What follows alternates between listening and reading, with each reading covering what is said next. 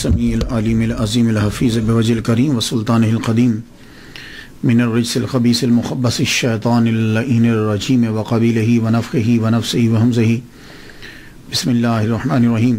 تمام نبیوں کے سردار حضرت محمد صلی اللہ علیہ وآلہ وسلم اور تمام مذاہب کے سردار دین اسلام کے پیروکاروں، السلام علیکم طبتم۔ اللہ تعالیٰ کی برکتیں اور اس کی رحمتیں آپ سب پر۔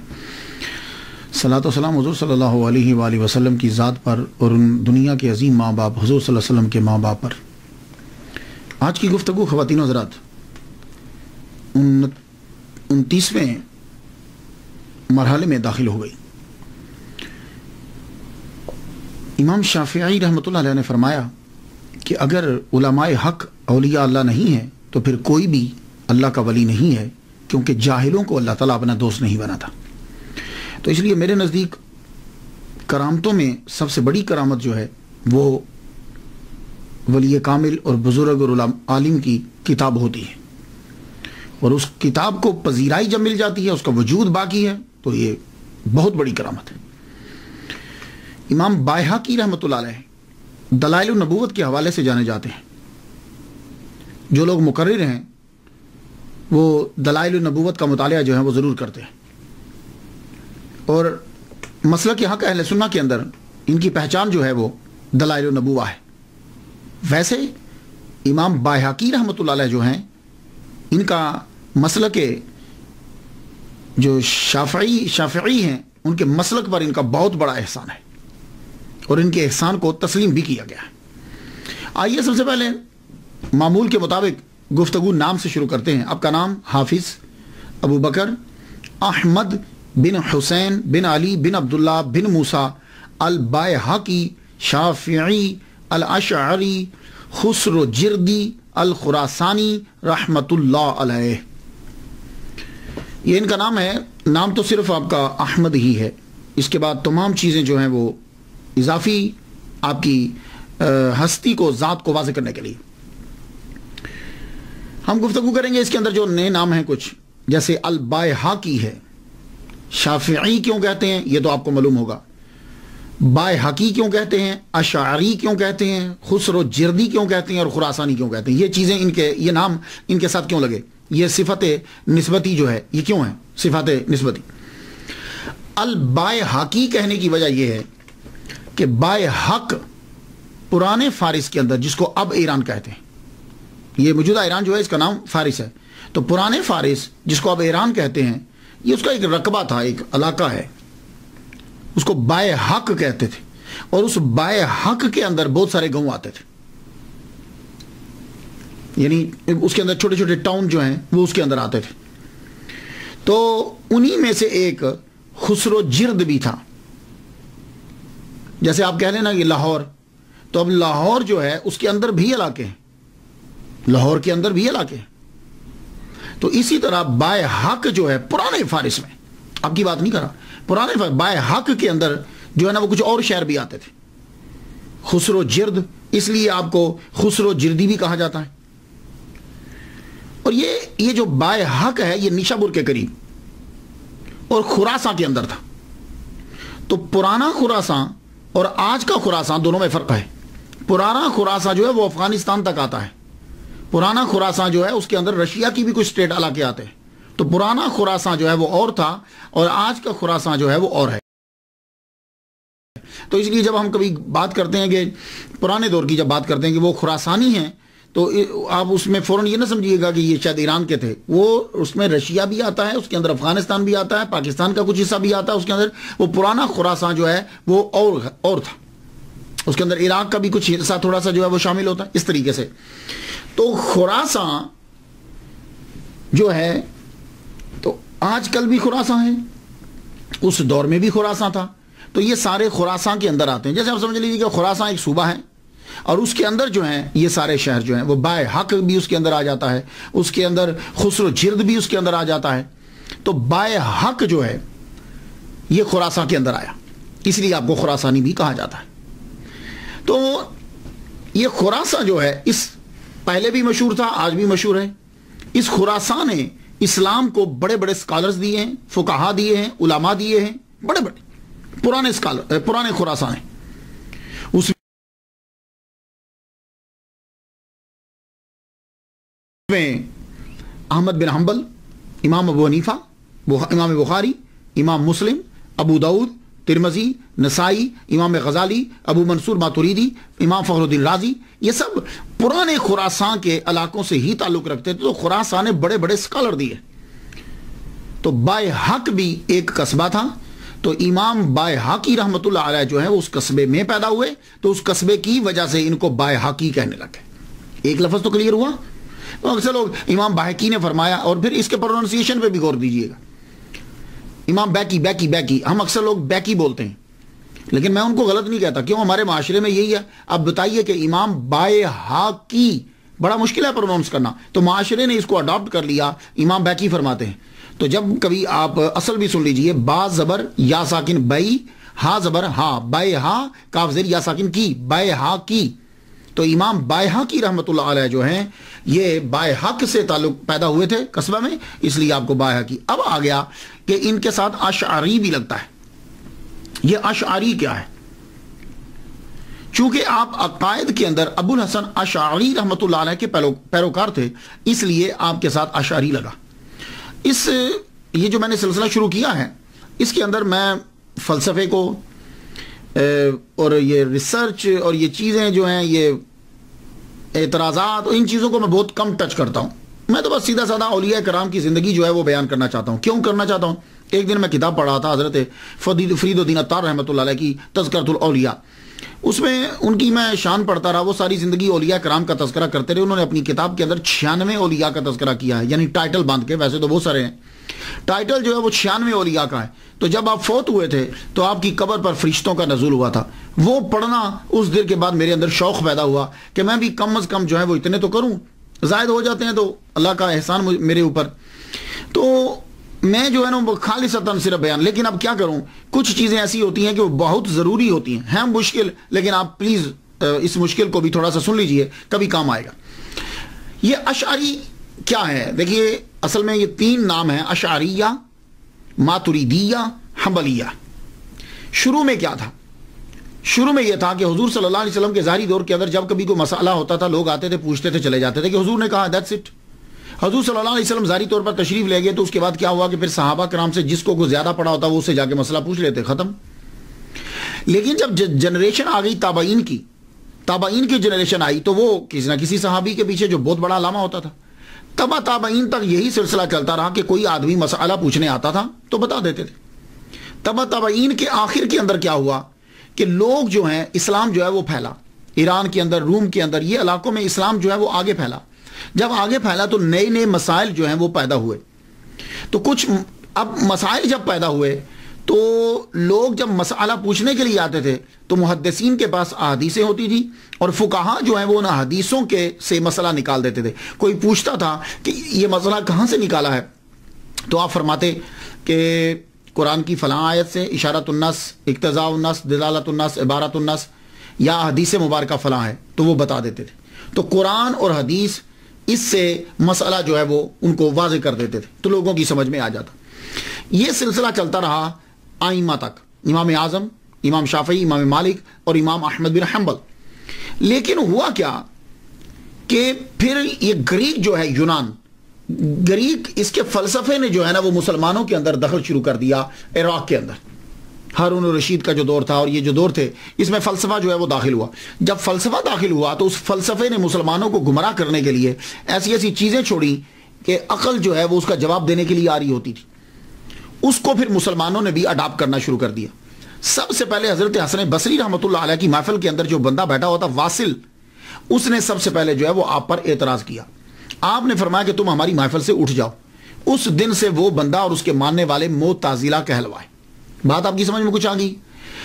تو یہ جب فلسفہ آیا ہمارے اسلام کے اندر، تو اب فلسفہ اتنا چھا گیا کہ لوگ اس فلسفے کو لے کر مسلمانوں کو گمراہ کرنے لگے.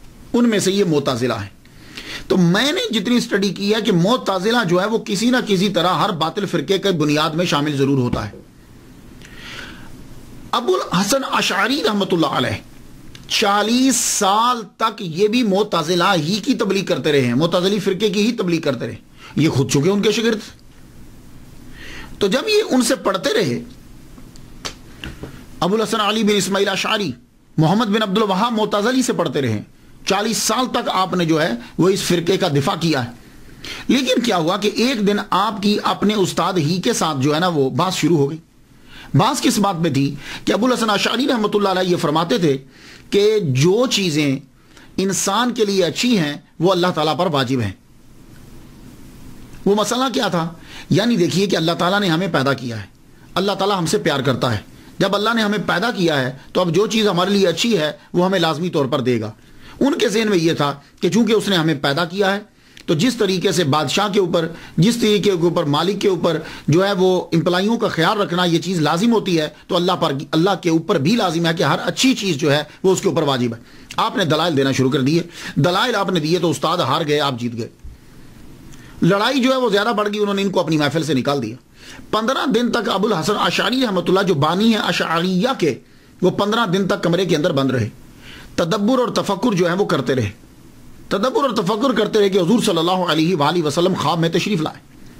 یہ ابو الحسن اشعری رحمۃ اللہ علیہ کو یہ اعزاز حاصل ہے کہ آپ ابو موسیٰ اشعری رحمۃ اللہ علیہ کی نسل سے ہیں۔ ابو موسیٰ اشعری رحمۃ اللہ علیہ جو ہیں، اشعر ایک قبیلہ ہے یمن کا، تو ابو موسیٰ وہاں سے اس قبیلے سے آئے تھے حضور صلی اللہ علیہ وسلم کے پاس اسلام قبول کرنے کے لیے، تو ابو موسیٰ اشعری اشعر قبیلے کی وجہ سے اشعری کہلوائے، تو ابو الحسن اشعری اور آگے سے ان کے ماننے والے جو فالوور ہیں وہ اشعریہ اشعری جو ہیں وہ کہلوائے۔ تو یہ تھا مختصر سا۔ تو جب آپ کمرے میں 15 دن بیٹھے، حضور کی زیارت ہوئی، تو آپ نے کہا کہ معتزلہ فرقے کو چھوڑ دو، یہ ٹھیک نہیں ہے۔ کیوں؟ اس لیے کہ وہ کیا کرتے تھے کہ انہوں نے اللہ تعالیٰ کی جو صفات تھیں ان کو اللہ کو مجسم بنا دیا تھا کہ اللہ کے ہاتھ ہیں، اللہ کا چہرہ ہے، اللہ تعالیٰ کے جو ہے نا وہ کان ہیں، یہ پاؤں ہیں، یہ چیزیں ثابت کر دی تھی جیسے انسان کی ہوتی۔ تو حضور صلی اللہ علیہ وسلم نے کہا کہ ان کو چھوڑ دو خواب میں۔ آپ نے پھر 15 دن کے بعد آپ نکلے، مسجد جامع مسجد میں پہنچے، جامع مسجد میں جا کر آپ نے اعلان کر دیا کہ میں آج سے اس مسئلہ کو جو ہے وہ چھوڑتا ہوں۔ اس کے بعد آپ کا حلقہ جو ہے وہ بڑھتا گیا۔ تو آپ جو ہے وہ بصرہ میں پیدا ہوئے تھے، آپ کا حلقہ جب بڑھتا گیا تو اب آپ نے کیا کیا کہ پہلے یہ ہوتا تھا کہ جو کوئی آگے مسئلہ پوچھتا تھا تو آپ بتا دیتے تھے، آئمہ بتاتے تھے حدیث میں ہے، قرآن کی فلاں آیت ہے۔ اب جب فلسفہ داخل ہوا تو فلسفہ جو ہے وہ داخل ہوا تو اب مسلمانوں کو فلسفے کے ذرائع سے مسلمانوں کو عقائد جو ہیں وہ ثابت کرنا تھے۔ تو اشعریہ نے اب کیا کیا کہ فلسفے کو پہلے سیکھا، کیونکہ یہ 40 سال تو ان کے اندر رہے ہیں، اب اسی فلسفے کے زور پر معتزلہ کا جواب دینا شروع کر دیا۔ تو جب جواب دینا شروع کیا تو گھر کا آدمی جانتا ہے بہتر طریقے سے، تو جب آپ نے جواب دیا تو اب معتزلہ ان کے دشمن ہو گئے۔ معتزلہ جب دشمن ہو گئے تو صدیوں تک ان کے اندر جو ہے وہ لڑائی ہوتی رہی، صدیوں تک لڑائی ہوتی رہی، اور معتزلہ کو جب بھی گورنمنٹ کی سپورٹ ملی تو انہوں نے مسلمانوں کو قتل کیا، قتل کروایا، معتزلہ نے کروایا۔ لیکن اشعریہ اور ماتریدیہ ان لوگوں نے مل کر اتنی کتابیں لکھی اور اتنی تقاریریں کی اور اتنی تبلیغ کی کہ معتزلہ کا جادو بالکل ٹوٹلی ختم کر کے رکھ دیا۔ تو جو شافعی تھے وہ اشعریہ کہلوائے کیونکہ انہوں نے اسی طرف رخ اختیار کیا، اور جو حنفی تھے وہ جب فلسفہ آ گیا تو پھر ماتریدیہ کہلوائے۔ بات اب کچھ سمجھ میں آ گئی؟ تو اشاعرہ جو تھے، اشاعرہ جو تھے بڑی خدمت کی انہوں نے۔ امام غزالی نے احیاء العلوم اور الاقتصاد لکھ کر معتزلہ کے تابوت میں کیل ٹھوک دیا۔ امام فخر الدین رازی شافعی رحمۃ اللہ علیہ نے مطالب عالیہ، مباحث مشرقیہ، 40 فی اصول الدین اور اساس التقدیس میں عقل اور فکر کے خزانے لوٹا دیے۔ اللہ تعالیٰ نے ان کو پھر فلسفہ آتا، انہوں نے فلسفے سے، منطق کے ذریعے سے پھر جواب دیا اور اسلام کو بچا۔ ورنہ اگر یہ اشعریہ اور ماتریدیہ نہ آتے تو معتزلہ اپنے فلسفے کے زور پر عقلوں پر قبضہ کر لیتے، لوگوں کے عقائد کو خراب کر دیتے۔ قرآن و حدیث تو ٹوٹلی انہوں نے چھوڑ ہی دی تھی۔ قاضی ابو بکر باقلانی، ابو اسحاق شرازی، امام غزالی، امام فخر الدین رازی، جب ان کی تعلیمات عام ہوئی معتزلہ اب ختم ہوتے چلے گئے۔ تو یہاں تک کہ 380 ہجری میں اشعری عراق میں چھا گیا، چونکہ ابو الحسن اشعری نے فقہ ابو اسحاق سے سیکھی اور وہ شافعی تھے، اس لیے اشاعرہ فقہ میں امام شافعی رحمۃ اللہ علیہ کے پیروکار ہوئے۔ تو امام بائحقی رحمۃ اللہ علیہ چونکہ شافعی ہیں اس لیے انہوں نے جو ہے وہ اشعری جو ہے ان کے ساتھ لگتا ہے، تو یہ اشعریہ کو ہی انہوں نے اپنایا۔ اب کچھ سمجھ میں آ گیا؟ میں معذرت چاہتا ہوں کہ مجھے ذرا ادھر جانا پڑا. تو امام بایہقی رحمۃ اللہ علیہ کے ساتھ جو اشعری لگتا ہے وہ اس لیے کہ اشعریہ عقائد کے اندر یہ ان کو فالو کرتے تھے.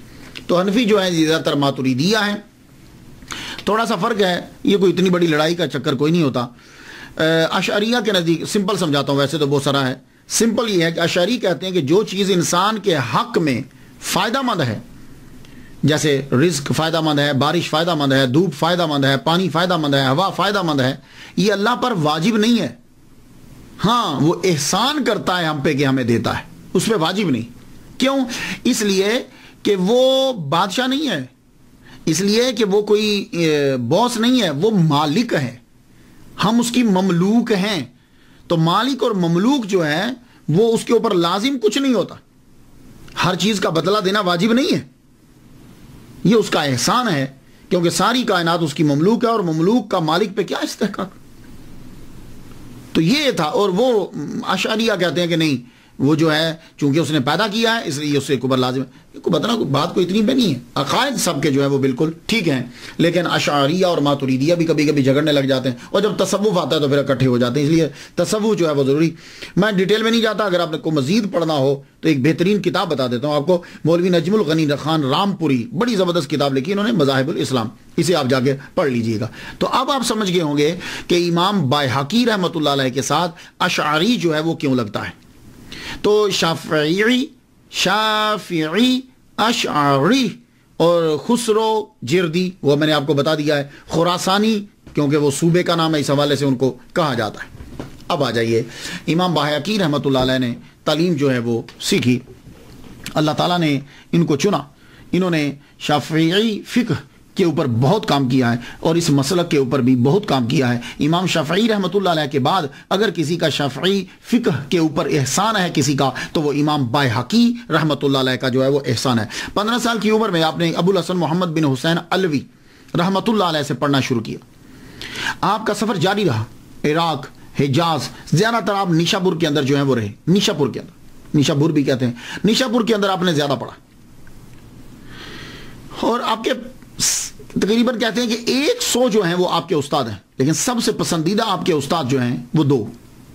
ایک تو یہی ابو الحسن محمد بن حسین علوی, اور دوسرے جنہوں نے المستدرک لکھی ہے, ابو عبداللہ الحاکم جو ہے, ابو عبداللہ الحاکم جو ہے, المستدرک جنہوں نے لکھی, وہ ان سے بھی محبت کی وجہ یہ ہے کہ ابو الحاکم جنہوں نے المستدرک لکھی ہے وہ اور امام بایہقی رحمۃ اللہ, یہ دونوں شاگرد ہیں. ان دونوں کے استاد جو ہیں وہ ابو الحسن محمد بن حسین علوی رحمۃ اللہ علیہ. تو چونکہ استاد بھی, اس لیے ان کے پاس زیادہ تر جو ہے نا وہ رہتے تھے. امام بایہقی رحمۃ اللہ علیہ نے فقہ امام ابو الفتح ناصر بن حسین بن محمد قریشی رحمۃ اللہ علیہ سے سیکھی.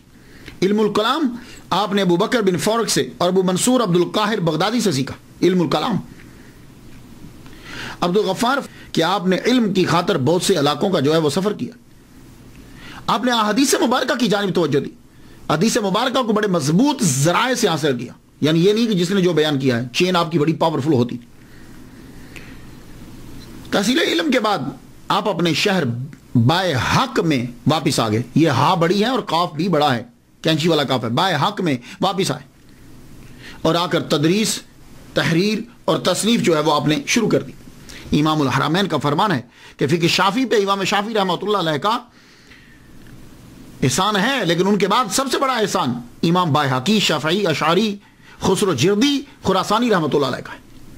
اس کی وجہ کیا ہے کہ امام بایہقی رحمۃ اللہ علیہ نے جو چیزیں بکھری پڑی تھی, لوگوں کی پہنچ سے دور تھی, ان سب کو محنت کے ساتھ جمع کیا. یہ کام آپ نے اپنی زندگی کے اندر کیا. ان کی فقہ, ان کے لا, ان کے بیانات, ان کے ملفوظات, ان کی یہ چیزیں ساری امام بایہقی رحمۃ اللہ علیہ نے ان کو سب کو جمع کر دیا. اب وہ عام لوگوں کی دسترس کے اندر آ گئی اور جمع بھی ہو گئی, ضائع ہونے سے بچ گئی. یہ احسان ہے امام شافعی کی فقہ کے اوپر امام بایہقی رحمۃ اللہ علیہ کا. ابن خلقان نے یہ لکھا ہے کہ آپ شافعی فقہ کے ماہر اور حدیث میں امام تھے, اور اپنے دور میں آپ بے مثال تھے. گویا کہ آپ یوں کہہ سکتے ہیں کہ ہی از دا سیل آف دا شافعیز مجتہد, آخری خاتم کہہ سکتے ہیں آپ. کرامات تو میرے نزدیک سب سے بڑی کرامت کتاب ہوتی ہے جس کو اللہ تعالیٰ مقبولیت تامہ دے دے. لوگوں میں سینکڑوں سال تک وہ کتاب جو ہے وہ چلتی رہے. میرے نزدیک وہ سب سے بڑی کرامت ہوتی. اور اگر کتاب حدیث مبارکہ کی ہے تو اس کے اندر تو گفتگو ہی نہیں کرنی چاہیے. امام بایہقی شافعی اشعری رحمۃ اللہ علیہ کو سنن الکبریٰ، جو آپ نے سنن الکبریٰ لکھی ہے، بڑی عظیم کرامت. یہ سنن جو ہے سنت کی جمع ہے. ہمارے اردو کے اندر کہتے ہیں جی حضور صلی اللہ علیہ وسلم کی سنتیں اپناؤ، تو اصل میں سنت کی جمع سنن ہوتی ہے. لیکن کیا کریں کہ سنن مشکل ہے، اس لیے ہم نے اڈاپٹ کر لیا سنتیں، جبکہ سنتیں اس کی جمع نہیں بنتی. تو اس لیے میں آپ کو کہتا ہوں کہ غلطی لفظ سمجھا کریں. کوئی بیچارہ بول جاتا ہے تو وہ معاشرے کی وجہ سے بولتا ہے. تو سنت کی جمع سنن ہے، لیکن یہ مشکل ہے. اب کون اردو میں بولے گا؟ تو انہوں نے کہا کہ اس کی آسان اڈاپٹ کرو، تو سنتیں اڈاپٹ کر لی. تو سنن الکبریٰ یہ آپ کی ایک عظیم کرامت ہے. اور آج بھی یہ کتاب موجود ہے. 10 اس کی جلدیں ہیں، 202 اس کے جزو ہیں. اور آخری باب جو ہے وہ باب عدت الام الولد، ام ولد کی عدت کے باب کے اندر اس کی بیان کے اندر باب ہے. المبسوط یہ بھی آپ کی کتاب لکھی، اس کے اندر شافعی فقہ اور لا بیان کیے گئے، اصول بیان کیے. اسماء و صفات، السنن والآثار، سنن والآثار، اس کی 4 جلدیں ہیں. اور یہ کتاب شافعی مسلک کے پیروکار کے اسکالر کے لیے اس کا رکھنا اور جاننا بہت ضروری ہے. جس طریقے سے عام حنفی ہے نا، تو بہار شریعت ضرور ہونی چاہیے، فتاوی رضویہ ہونا چاہیے. سمجھ آ گئی نا؟ انسان کی دسترس میں ہے. ویسے تو اور بھی کتابیں بڑی ہیں. شعب الایمان بڑی مشہور کتاب ہے. زہد الکبیر، مناقب امام احمد بن حنبل، 40 کبریٰ اور 40 صغریٰ، فضائل اوقات، حیات الانبیاء فی قبورہم، نبیوں کی زندگی ان کی قبروں میں، بہت مشہور کتاب آپ کی. مناقب امام شافعی رحمۃ اللہ علیہ، کتاب الاسرار اور دلائل النبوہ. نام تو سنا ہوگا نا، اس نام کی بہت کتابیں، معارج النبوہ، شواہد النبوہ، دلائل، لیکن یہ ان کی دلائل النبوہ ہے. امام بایہقی رحمۃ اللہ علیہ.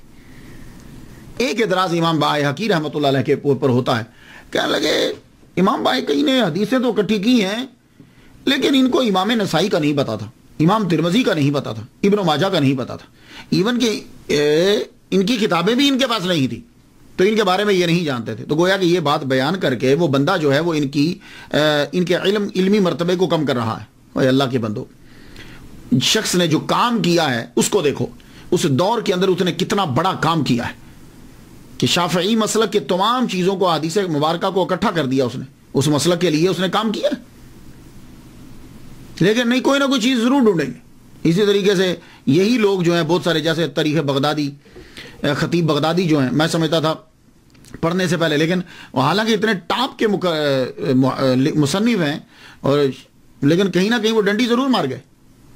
تو بھائی دیکھو، ہاں یہ لوگ جو تھے، ہم بعد میں آنے والے اس چیز کو شاید کسی اور نقطے سے دیکھ رہے ہوں، لیکن یہ لوگ اپنے دین کے ساتھ جو ہے مخلص تھے. انہوں نے اسے جمع کیا، اکٹھا کیا، جو ضرورت تھی اس کو پورا کیا. اب یہ جا کر ساروں کو ملتے نہیں، جو ضروری ہوتا ہے، لیکن پھر بھی میں دلیل دے جاتا ہوں. اگر آپ کو تحقیق کرنا ہو تو یہ سراسر اعتراض ہے، نٹ کے اوپر پھیلا ہوا ہے، اور لوگوں نے اپنی کتابوں میں بھی لکھا ہے کہ یہ بالکل غلط ہے کہ امام بایہقی رحمۃ اللہ علیہ نسائی، ترمذی اور ابن ماجہ کے نام تک نہیں جانتے تھے. جائیے آپ سنن الکبریٰ پڑھ لیجئے. سنن الکبریٰ جب آپ پڑھیں گے تو جلد 7ویں صفحہ 183 پہ آپ کو ملے گا نام، امام نسائی کا تذکرہ ملے گا. اور سنن الکبریٰ جلد 4 جلد 4 صفحہ 38 اور 10ویں جلد کی صفحہ 161 کے اوپر آپ کو امام ترمذی کا جو ہے وہ تذکرہ ملے گا. اسی طرح ابن خزیمہ کا بھی ذکر کیا ہے، امام دارقطنی کا بھی آپ نے ذکر کیا. کتابیں پڑھنی خود نہیں اور اعتراض کر دینا امام بایہقی رحمۃ اللہ علیہ کے اوپر، دوسرے کے اوپر. تو آپ نے اپنی، یہ آپ جانتے تھے. اب یہ کوئی ضروری نہیں ہے کہ ایک آدمی، تو اب میں تقریر کر رہا ہوں، تقریر کرتے ہوئے اگر میں نام نہیں لیتا تو اس کا مطلب یہ نہیں ہے کہ میں اس بندے سے ملا نہیں یا میں جانتا نہیں.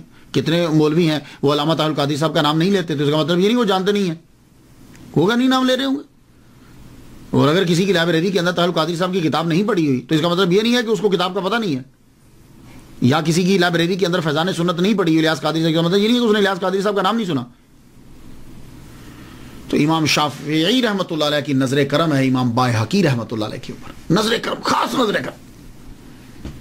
جب آپ نے کتاب معرفت السنن لکھنا شروع کی تو اس کو جب لکھ چکے تو کسی نے خواب میں دیکھا کہ امام شافعی رحمۃ اللہ علیہ کھڑے ہیں اور ہاتھ میں ان کے جزو پکڑے ہوئے ہیں. کتاب کے جزو ہوتے ہیں، ہاتھ میں جزو پکڑے ہوئے. تو پوچھا حضور یہ کیا ہے ہاتھ میں؟ فرمان لگے یہ بایہقی کی لکھی ہوئی بک ہے اور اس کے میں 7 جزو پڑھ چکا ہوں. تو امام شافعی رحمۃ اللہ علیہ اوتاد ہیں اور ان کی نظر کرم زبردست ولی کامل ہیں، ان کی نظر کرم ہے امام بایہقی رحمۃ اللہ علیہ. تو اس لیے امام بایہقی رحمۃ اللہ علیہ بھی صوفی ولی کامل. اور مشہور فقیہ محمد بن عبد العزیز کہتے ہیں کہ روز میں نے خواب میں دیکھا کہ فرشتے ایک صندوق کو اٹھائے ہوئے اوپر لے جا رہے ہیں اور وہ صندوق جو ہے وہ نور کے ساتھ کور ہے، گھرا ہوا ہے چاروں طرف نور ہی نور. تو میں نے پوچھا یہ کیا ہے؟ کہنے لگے یہ بایہقی نے جو کتابیں لکھی ہیں نا، کہ جس میں حضور صلی اللہ علیہ وسلم کی حدیث کو اکٹھا کیا ہے، وہ کتابیں اللہ کی بارگاہ میں مقبول ہوئی ہیں اور ہم یہ کتابیں لے جا رہے ہیں. اللہ اکبر جل شانہ. تصوف، جتنے بھی یہ بڑے بڑے آئمہ ہیں، بڑے بڑے محدث اور اسکالر ہیں، یہ صوفی ہوتے تھے. کیوں؟ اس لیے کہ تصوف کے بغیر ترقی ناممکن ہے. علم اوپر لے جا سکتا ہی نہیں. علم کے ساتھ تصوف کی نقل بہت ضروری ہے. تو تصوف کیا ہوتا ہے؟ تصوف سن لیجئے، تصوف یہ ہوتا ہے اپنے نفس کو نقل دے دینا، نفس کی اجارہ داری کو ختم کر دینا، نفس کو مارنا، یہ ہے. اور خدا تک پہنچنا اور پہنچانا، یہ ہے وظیفہ کہ یعنی نفس کو نکیل دینا اور خدا تک پہنچنا یا پہنچانا، یہ تو تصوف ہے. اور اس کے لیے ذرائع اختیار کیے جاتے ہیں. تو امام بایہقی رحمۃ اللہ علیہ نے نفس کو مارا، نفس کو ختم کیا. یہ تصوف کی پہلی علامت آپ نے اختیار کی. اس کو کس طرح سے مارا؟ روزہ بہترین طریقہ ہے نفس کو مارنے کا. یہ نفس جب مرتا ہے تو عبادت، اور عبادت میں پھر روزہ، 2 چیزوں سے نفس بڑا مرتا ہے. اس لیے حضور صلی اللہ علیہ وسلم نے فرمایا کہ جن نوجوانوں کی شادی نہیں ہے وہ روزے رکھیں، کیونکہ روزہ نفس کو مارتا ہے. اللہ کے بندو، صحیح کہا امام شافعی رحمۃ اللہ علیہ نے، اگر علماء حق اولیاء اللہ نہیں ہے تو پھر کوئی بھی ولی نہیں ہے، کیونکہ اللہ جاہلوں کو دوست نہیں بناتا. تو امام بایہقی رحمۃ اللہ کے شاگرد بیان کرتے ہیں کہ میں امام بایہقی رحمۃ اللہ علیہ کے پاس پڑھنے کے لیے آیا تو تب آپ کی عمر 44 سال تھی. امام بایہقی رحمۃ اللہ کی عمر 44 سال تھی. میں ان کی خدمت میں آخری دم تک رہا، 30 سال تک رہا. تو وہ شاگرد کہتے ہیں کہ میں نے 30 سال میں کبھی نہیں دیکھا ممنوعہ دنوں کے علاوہ کہ آپ کبھی بے روزہ ہوں، کہ روزہ کے بغیر. عید کے دن آپ روزہ نہیں رکھ سکتے، آپ سمجھتے ہیں اس بات کو، عید کے دن روزہ نہیں رکھ سکتے. تو کہا کہ جن دنوں میں منع ہے اس دن کے علاوہ میں نے کبھی نہیں دیکھا کہ آپ نے روزہ نہ رکھا ہو. تو 30 سال تک آپ نے اپنے نفس کو مارا روزہ رکھ کے. لیکن یہاں پھر اعتراض ہوتا ہے. اب دیکھیں نا، لوگ جو ہے اعتراض، سب سے آسان ترین چیز نکتہ چینی ہوتی ہے. کیا لگے یہ کیسے جائز ہو گیا، ہمیشہ روزہ رکھنا ٹھیک نہیں ہوتا. تو امام نووی یا نواوی، انشاءاللہ الرحمن میری نیکسٹ گفتگو جو ہے ان کے اوپر ہے. تو امام نووی اور نواوی دونوں پروننسیشن ہے. تو امام نووی رحمۃ اللہ علیہ نے شرح مسلم میں پھر اس کے اندر جواب آپ نے دیا. آپ نے فرمان لگے کیسے اعتراض کرتے ہو امام بایہقی رحمۃ اللہ علیہ کے اوپر؟ خود حضرت عمر رضی اللہ تعالیٰ عنہ صائم الدہر تھے، خود حضرت عبداللہ ابن عمر رضی اللہ تعالیٰ عنہ صائم الدہر تھے، حضرت بی بی عائشہ صدیقہ رضی اللہ عنہ، اسی طرح ابو طلحہ جو ہیں وہ بھی روزے رکھا کرتے تھے. امام شافعی رحمۃ اللہ علیہ خود جو ہے وہ صائم الدہر ہیں. کیسے اعتراض کرو گے تم؟ ان پر بھی پھر اعتراض کرو. تو بھائی دیکھو، وہ اور چیز ہے. وہ کون سے روزے ہیں؟ وہ ہوتے ہیں کہ آدمی بیچ میں کھائے ہی نہ. لیکن اگر کوئی سحر میں اور افطاری میں کھاتا ہے تو اس کا مطلب یہ ہے کہ وہ مکروہ نہیں ہے. وہ اب تھوڑا کھاؤ، وہ جاؤ، وہ آپ کی اپنی مرضی ہوتی ہے. اللہ اکبر جل شانہ. چنانچہ ہمیشہ روزہ رکھنا مکروہ نہیں ہے جب آپ سحر کرتے ہیں اور افطار کرتے ہیں. امام بایہقی رحمۃ اللہ علیہ he put into practice his knowledge. اور یہی جو ہے صوفیہ کا جو ہے وہ ترائے امتیاز ہے. کم کھانا، کم سونا اور فضول گفتگو چھوڑنا، یہی تو تصوف کی علامات ہیں، اسباق ہے. امام بایہقی رحمۃ اللہ علیہ شاعر بھی تھے، لیکن شاعری وہ کرتے تھے کہ جس کے اندر حقیقت، توحید اور رسالت اور حقیقت ہو. میں 4 مصرے سنا دوں، آپ سنیے گا. من اعتز بالمولا فذاک جلیل ومن رام عزا عن سواہ ذلیل. جو اللہ سے عزت حاصل کرنا چاہتا ہے وہ مرتبے والا ہوتا ہے، اس کو عزت مل جاتی. ومن رام عزا عن سواہ ذلیل. اور جو اللہ کے علاوہ کسی سے عزت کا ارادہ کرتا ہے تو ذلیل ہو جاتا ہے. بڑی زبردست گفتگو کی. اس لیے اللہ سے ڈرا کرو، اللہ کے آگے جھکا کرو، بندوں کے آگے مت جھکو. یہ تمہیں عزت نہیں دے سکتے. جاؤ جا کے دیکھ لو جتنے بڑے بڑے بادشاہ جن کو دعویٰ تھا کہ لوگ ہمارے ساتھ ہیں، کس طرح ذلت کی موت مرے. وَأُحِبُّ